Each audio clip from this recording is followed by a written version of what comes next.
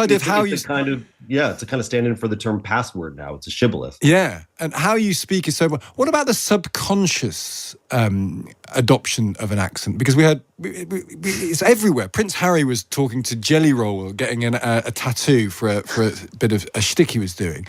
And Prince Harry now lives in America, and he's got that very annoying... I'm sure it's annoying to Americans, it's certainly annoying to British people, when a Brit starts to just curl some of their tones and it starts sounding a bit mid-Atlantic. Is that a kind of subconscious desire to fit in?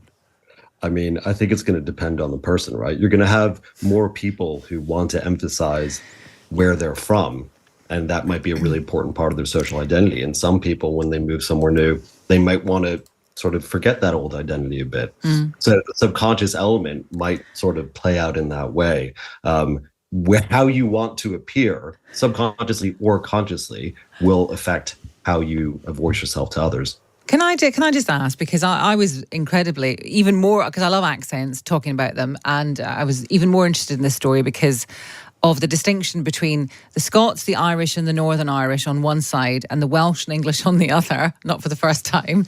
And the former group are better at detecting fake accents than the latter. So do we know why that is?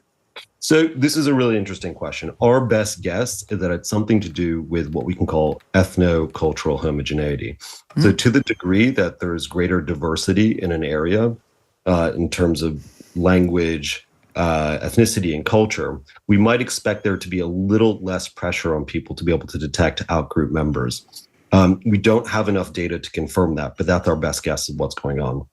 Do we know why people have accents in the first place? I know you're saying that they become an identity, but it's weird if you think about it, that why should Brummies have that accent? Some people say it's because of the climate there and it sort of impacts how they pronounce certain vowel sounds, but why should there be a Cornish accent, a Birmingham accent, a Scottish accent? What's the biology of that?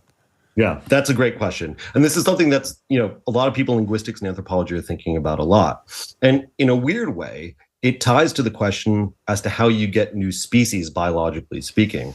And the answer is usually going to depend on geographic and social and ecological factors. So to the degree that you have groups of individuals of any species who are isolated for a long time, they're more likely to diverge in terms of how they appear.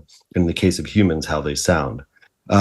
And when you throw in really complex political and social relationships, let's say between places further north in the UK and in Ireland and somewhere like the capital, you can have a sort of social pressure for people to diverge more from whatever the more dominant accent is. But it's going to depend on so many factors, and we all of them need to take them into consideration. Some will be geographic, some will be social, and so forth. Because some people think you speak like that. You speak more like Shakespeare than we do in America, because people of that age went over to America, and that started you off there. But that might be a discussion for another day, Jonathan. It's so interesting, this stuff, and we could talk to you for ages about it. Thank you so much for joining us. Thanks a lot. Take care. That's Dr. Jonathan Goodman. That example of the shibboleth, apparently, according to Tom Noonan, who's our newsreader, texting in. Well done, Tom. British intelligence used the word squirrel to root out German spies in the war. Apparently second nature as a Brit, but it's really hard to pronounce if you're not a native speaker. It is so interesting. Helen says apparently there's something similar going on in Ukraine, as they have a word that Russians cannot pronounce. The Ukrainian girl that came to stay with us told us this. Davey says Americans cannot pronounce the word Graham. They say Graham. They do. They say lots of things. Let's not go down that route.